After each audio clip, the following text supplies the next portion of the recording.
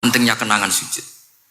Rasulullah juga pernah ngendikan nanti kalau dunia sudah ruwet, as-sajdatul wahidatu khairun minad dunya wa ma fiha. Satu sujud lebih baik ketimbang dunia seisinya. Karena Ibnu Hasan Asyadzili kalau ada orang tanya gitu dimarahin. Sujud kula ditampi mboten ya Said Abdul Hasan Asyadzili. Gak usah mikirmu, ditedir sujud wis luar biasa. Orang geruwong ditedir sujud, gak usah mikir ditompo ta ora. Loh iya, ketika kita nanti ketemu Allah, prestasi betul gak pernah sujud itu. Sebagai hamba kita bangga pernah sujud, terus gak penting ditompo ta ora. Bahkan kalau anak-anak muda ini kepengen ditompo niat elek. Ditompo digajar pangeran terus mlebu swarga terus sama bidadari gitu. Jadi muni ditompo tapi pikirannya sudah ngayal macam-macam. Kalau mazhab Abdul Hasan Asyadzili tidak. Sehingga kitab hikam kita tahu kitab hikam itu adalah dikarang Ibnu Athaillah As-Sakandari, dia muridnya Abdul Abbas Al-Mursi dan ini terus muridnya Abdul Hasan Asyadzili. Itu cerminan Syadziliyah murni. Ya saya ulang lagi itu cerminan Syadziliyah murni. Sehingga beliau ngendikan masyhur itu, qalilul amali ma'a syuhudil minnah minallah khairun min kasiril amali ma'a ru'yatit taqsir. Jadi amal sedikit tapi yakin itu anugerah Allah, lebih baik beramal banyak tapi masih merasa salah karena ra ono syukure. Makanya bapak saya Gus Ali ana wong abangan gelem salat, gak tahu gak disahno sah terus. Ketika ada orang fikih marah-marah tapi rubah gedang, wes rubah gedang lah, wes sah terus. Pokoknya sah terus. Ini sangat-sangat sadili berarti. Ini penting saya utarakan supaya khazanah kita itu tidak pernah habis. Karena al ulama warasatul anbiya. Nabi tidak ada warosati, tapi warasatul anbiya. Sehingga semua watak para nabi sebelum Rasulullah SAW itu semua tercermin pada umatnya Rasulullah SAW. Cerita paling terkenal tentu Asra Badrin. Tawanan-tawanan perang Badarin mau diapakan? Rasulullah istasyara Abu Bakrin. Terus kata Abu Bakar, itu keluargamu ya Rasulullah. Hum asyiratuka, hum aqaribuka. Ya maafkan saja. Terus ditanya Umar, menurut kamu gimana Umar? Itu kan orang-orang yang ngusir engkau ya Rasulullah. Yang dulu ingin membunuh engkau, sekarang ketangkap ya bunuh, kok repot. Apa kata Rasulullah? Masaluka ya Abu Bakrin kamasali Ibrahim isqala faman tabi'ani fa innahu minni wa man asani fa innaka ghafurur rahim. Sing prestasi ya alhamdulillah, sing ora prestasi muga-muga pangeran akeh sepurane. Sudah gitu ya cara Gus Ali ya sis ngono kok repot. Wa masaluka ya Umar kamasalin Nuh isqala rabbi la tadzar alal ardi minal kafirina dayara. Sudah habisi saja ning donya kafir. Tapi anehnya apa? Rasulullah akhudha bimadhabi Abi Bakar. Nabi mengambil pendapatnya siapa? Abu Bakar. Karena Nabi kena khitab anit tabi millata Ibrahim hanifah. Akhirnya terus keterusan. Akeh kiai NU nek ana umat salah dibarno nganti ra roh nak salah. Makanya kenangan saya sama Mbah Sal Mahfud karena beliau itu sepupu sama Mbah saya di Israel itu. Kata Mbah Sal gini, "Hak umpama pantes," kata beliau ini, "umpama pantes, pondok-pondok itu tak sertifikat." Kenapa Mbah? Lah ya akeh kiai gondrong muridnya kalau gondrong kabeh terus kadang rapati sholat jari diulang kali jogo. Engkau neng kali-kali golek Nabi Khidir gak tahu ngaji.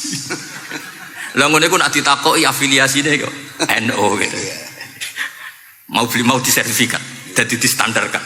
Pokoknya anggere gak ono takribe ya ora NU gitu. Karena nanti kalau gak disertifikat ini terus khayal-khayal macam-macam ini rata-rata kan afiliasinya juga ngeklaim NU. Padahal ya itu tadi, jadi diulang kali jogo langsung diulang macam-macam. Ini penting saya utarakan karena standarisasi ini penting. Caranya gimana? Kita harus sebanyak mungkin baca khazanah Islam. Makanya Imam Ghazali, kayak apa pinternya Imam Ghazali? Beliau di akhir kitab Ihya ngendikan wa alaika bimudawamati mutalaati kitab khilyatil auliya wa tabaqatil asfiya. Sehingga kita akan punya khazanah yang luar biasa. Saya punya banyak tentang kearifan ya para ulama-ulama dulu. Di antaranya dulu saya sering diceritain bapak tapi gak paham. Tapi setelah saya ngaji lama-lama paham.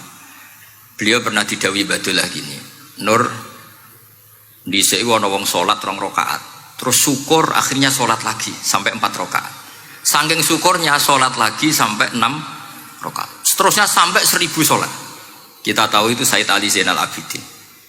Jadi dia menambahkan sholat itu karena iskon lillah wa syauqon lillah, mahabbatan lillah.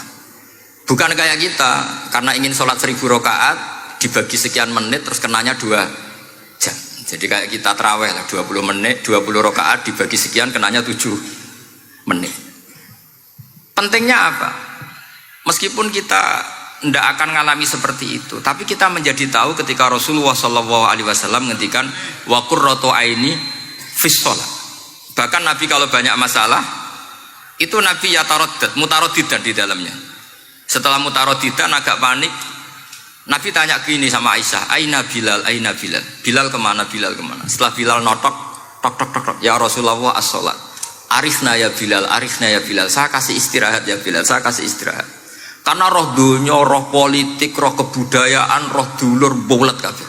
Sing ra bulet mok sitok hubungan ambek Allah Subhanahu wa taala. Maka disebut as-sholat rohatul mukmin.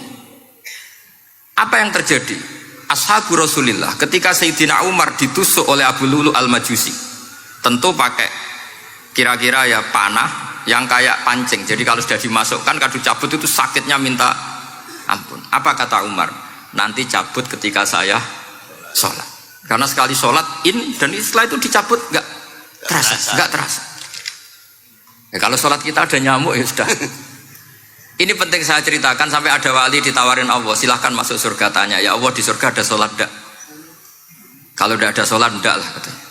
Karena dia nggak bisa membayangkan nikmat tanpa sholat.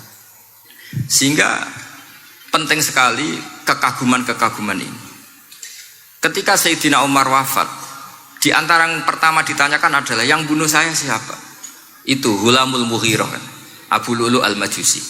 Beliau spontan langsung ngendikan gini, Alhamdulillah alladzi ja'ala maniyati biyadi rajulin lam yasjud laka sajdatan tuhajuni biha yaumal qiyamah. Matur nuwun Gusti, saya dibunuh oleh orang yang enggak pernah sujud.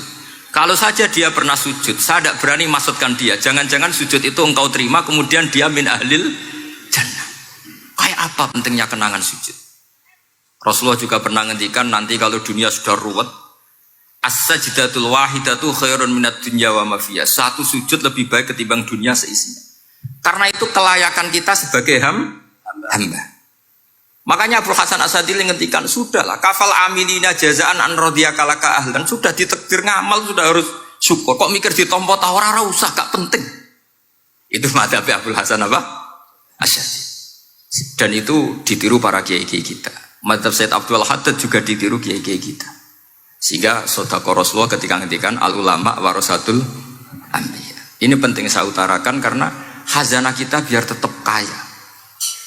Makanya masyhur dalam Manaqibul Ghazali kita tahu Imam Ghazali itu orang yang luar biasa, pengarang Ihya. Saya punya banyak karangan beliau, Al-Arba'in Al-Usul. Tapi yang paling saya cintai tentu Ihya, kitab Mustasfa, kitab Qawaid Fikih itu Usulul Fikih. Manaqibul Ghazali adalah Rasulullah pernah jejer Nabi Musa. Terus Rasulullah ngendikan ulama ummati ka anbiya'i Bani Israel. Terus kata Nabi Musa, yang benar saja, masa ulama kok kapasitasnya kayak Nabi, apapun hebatnya itu nggak mungkin lah kapasitasnya kayak Nabi. Terus kata Rasulullah, ya sudah buktikan saja. Terus dipanggillah Imam Ghazali. Ketika dipanggil, ini katanya Ghazali katanya. Ditanya sama Nabi Musa, siapa namamu? Ana Muhammad bin Muhammad al-Ghazali at-Tusi asy-Syafi'i. Mau jawabnya panjang. Terus kata Nabi Musa, kecangkeman gitu, cara orang Jawa itu kecangkeman, ditakoki jeneng kok jawabnya kakean ya. Terus kata Imam Ghazali, ya lumayan saya. Jenengan ditanya Allah sing ya alamus sirra wa akhfa saja jawabnya kelebihan katanya. Apa itu kata Nabi Musa? Wa ma tilka biyaminika ya Musa. Qala ya asaya atawakkau 'alaiha wa ahusyu biha 'ala ghanami wa liya fiha ma'aribu ukhra. Jadi Nabi Musa ditanya, sing mbok gawa iku apa ta? Ini tongkat saya, tak pakai ini, tak pakai ini, tak pakai ini. Jadi masih banyak kelebihan jenengan timbang saya. Akhirnya fa'aqarra Nabi Musa ini ikrar bahwa benar-benar ulama Rasulillah itu keambiyai Bani apa? Israel. Jadi khazanah-khazanah kecerdasan gini ini penting. Sehingga ketika ada kemacetan fikih, ada kejumudan fikih, tugas kita adalah memecahkan kejumudan itu.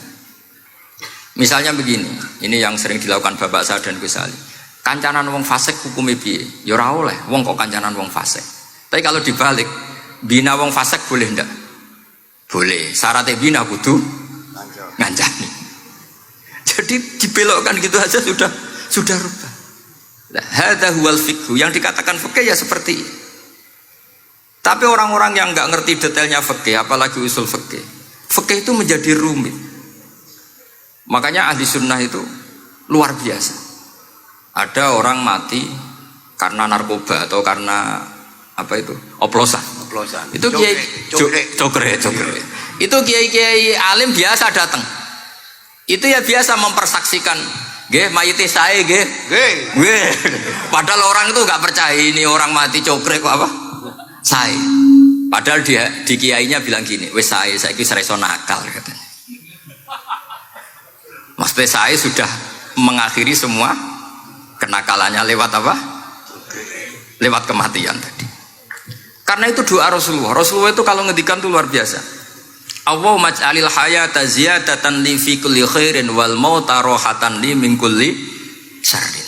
Ya Allah, jadikan hidup ini ziyadatan li fi kulli khairin. Jadi anggap saja kalau hidup itu berarti potensi tambah baik.